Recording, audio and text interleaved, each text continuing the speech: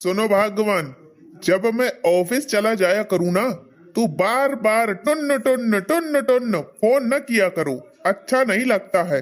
मेरे सारे दोस्त मजाक बनाने लगते हैं, यहाँ तक कि बड़े सर भी कहने लगते हैं, भाई दिनेश तुम्हारा भाई कॉल बहुत आता है, बड़े प्रेम करने वाले हैं तुम्हें।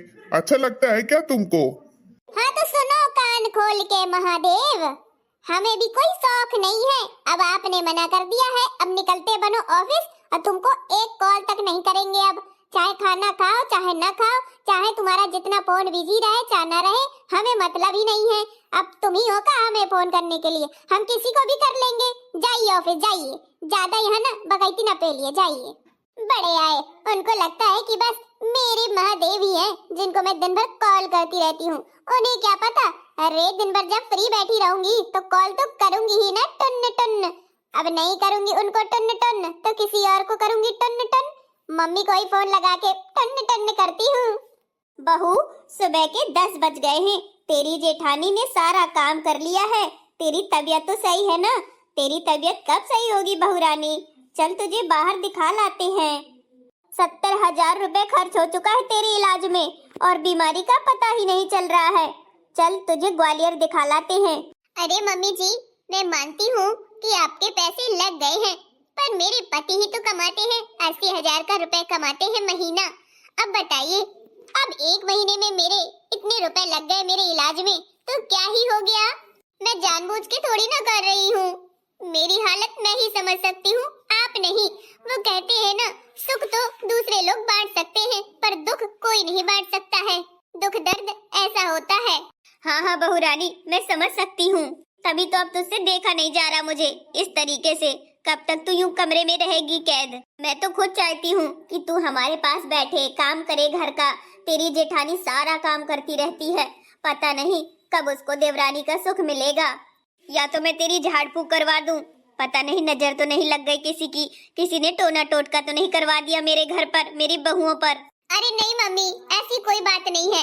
आप ना ये पुराने अंधविश्वासों में मत पड़िए। मेरी तबीयत सही हो जाएगी तो मैं खुद ही आराम से काम करूंगी घर में जेठानी के साथ में। बीपी लो हो जाता है, क्या करूं? काम करूंगी तो मैं गैस में ही गिर जाऊंगी, कहीं बाथरूम में ही डली रहूंगी, आपको पता भी नहीं चलेगा। हाँ हाँ बहू रानी, वही तो मैं सोच रही हूँ कि तेरा इलाज अच्छे से हो जाए। मम्मी जी, मुझे भूख लगी है, खाना मिलेगा क्या? जाके देखती हूँ तेरी जेठानी ने क्या बनाया है। ठीक है ना? ठीक है मम्मी जी, और आप बेवजह टेंशन मत लिया करिए। टेंशन मुझे नहीं होगी तो किसे होगी बहू रानी? अच्छा चल तू आराम कर, मैं आती हूँ तुझे खाना लेकर के। ठीक है माँ जी, खामखा आपको परेशान होना पड़ता है, मेरी मजबूरी है। अरे कोई बात नहीं बहू, अभी मैं तेरी सेवा कर रही हूँ, बुढ़ापे में तू मेरी सेवा कर दियो, क्योंकि सेवा के बदले मेवा मिलती है, मेवा। और कहते हैं सास ससुर की सेवा परम सेवा होती है, भगवान खुश हो जाते हैं। हाय दैया, क्या हुआ बहू? मम्मी मुझे चक्कर से आ रहे हैं, मैं लेटने जा रही हूँ। ठीक है बहू रानी, तू जा लेट जा। ना जाने मेरी बहू को किसकी नजर लग गई। अरे सुंदरकांड का पाठ करवा दूं या हनुमान बाहु का पाठ करवा दूं, कुछ तो करवा ही दूं, तभी मेरे घर से निगेटिविटी जाएगी और ये बीमारी खत्म होगी। समझ नहीं आ रहा है, किसी को तो कुछ होता नहीं है, बस छोटी बहू को ही बीमारी घेरे हुए है। चली गई मेरी सासू मैया, वरना आके अच्छा बहाना है बीमारी का। मैं काम से भी बच जाती हूँ और सेवा पानी से भी बच जाती हूँ, सारा काम तो जेठानी ही कर लेती है। मम्मी को फोन लगाती हूँ, थोड़ा पंचायत कर लूँ। बड़ी बहू, नाश्ता बन गया है क्या? हाँ माँ जी, नाश्ता बन गया है, आपको मैं बुलाने ही आ रही थी। ये लीजिए आपकी गर्मा गर्म चाय और पास्ता। आपने सुबह से कुछ नहीं खाया है और खामखा टेंशन लेती रहती हैं। क्या करूं बहू, छोटी बहू के पास गई थी कि ना जाने उसको कौन सी बीमारी घेर रखी है, वो रूम से बाहर ही नहीं निकलती है। माँ जी आप टेंशन ना लो, आपकी उम्र टेंशन लेने की नहीं है, आप आराम से खाइए और देवरानी को मैं जाके पूछती हूँ क्या हो गया है। हाँ तू जाके पूछ ले और उसको भी नाश्ता लिए जा, मैंने उसको बोला था कि मैं नाश्ता लेकर के आती हूँ। कोई बात नहीं मम्मी, मैं नाश्ता लेकर जाती हूँ, आप यहाँ पर बैठ के नाश्ता करिए, आपका टाइम हो गया है नाश्ते का। बड़ी बहू मेरा कितना ख्याल रखती है, छोटी बहू तो उम्मीद ही नहीं है उससे कुछ भी। ठीक है बहू। अरे मम्मी आप भी ना। अरे बेटा, तेरी सास बता रही थी फोन करके कि बिटिया की तबीयत बहुत खराब है, क्या है, हो गया है तुझे?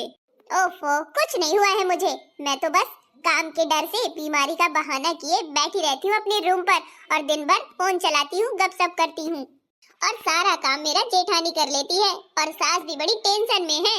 अरे क्या पता टेंशन लेते लेते लेते लेते एक दिन निपट भी ना जाए। तू भी ना बेटा, तेरी हरकतों से बात नहीं आती तू। अब तेरी शादी हो गई है, थोड़ा समझदार बन, ऐसे नहीं किया जाता है। ओहो मम्मी, तुम ज्यादा ज्ञान मत पेलो, ठीक है ना? ये मेरी ससुराल है, मैं जैसा चाहूंगी वैसा करूंगी। मैंने यहाँ पर सबको बीमारी की पट्टी बांध रखी है कि मैं बीमार हूँ, पर दरअसल में मैं बीमार तो हूँ ही नहीं, मुझे कुछ नहीं हुआ है। नाश्ता पानी खाना सब मेरे रूम में आ जाता है, कहीं सास ले आती है, कहीं जेठानी जी। अभी देख लो मेरी सासू माँ लेने गई है नाश्ता।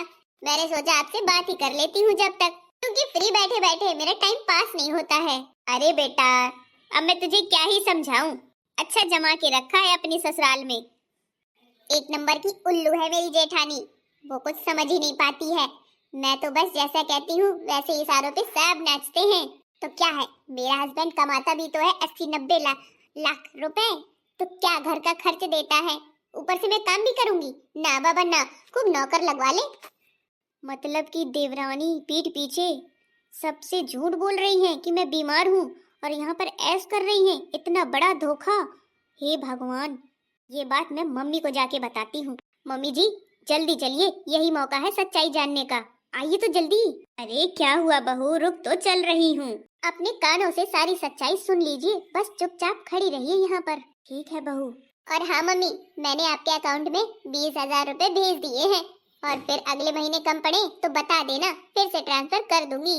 मैं नहीं चाहती आपके खर्चे में कोई कमी आए, और मुझे जो भी मंगाना होता है ना, मैं तो सारा कुछ ऑनलाइन मंगा ही लेती हूँ, किसी को पता भी नहीं चलता है। अच्छा अच्छा ठीक है बेटा, ठीक है, अपना घर भी संभाल, चलाना सीख। माँ मैं सब सीखे हूँ, ठीक है ना?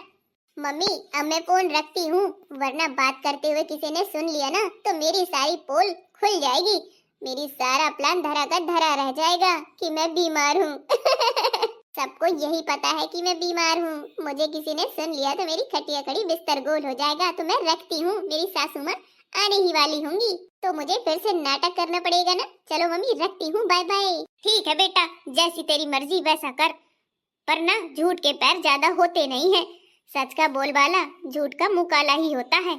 मम्मी अगर ऐसे बोलोगी ना तो मैं तुमको फोन करना ही बंद कर दूंगी। मैं जो कर रही हूँ वही सही है, तुम मुझे ज्यादा ज्ञान मत दे लो, ज्यादा अच्छी काम ना सिखाओ, ठीक है ना? बहू रानी, ये हम क्या सुन रहे हैं?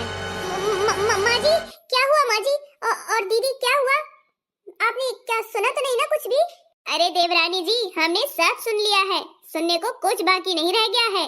आप ना जब बात कर रही थी मैंने सारी बातें आपकी सुन ली। मैं आपको नाश्ता देने आई थी, तभी मैं सासू माँ को भी लेकर ही आई हूँ, क्योंकि बेचारी सासू माँ इतना टेंशन कर रही थी बेवजह, और तुम धोखेबाज निकली, नाटक कर रही थी बीमारी का, जबकि बीमार थी ही नहीं। अरे वो मैं नाटक नहीं कर रही हूँ, मैं तो सच में बीमार थी। तुम्हारा क्या मतलब है बहुरानी, सच में बीमार थी? हे भगवान, ऐसी झूठी वाली बहू मिलेगी मैंने कभी सोचा भी नहीं था।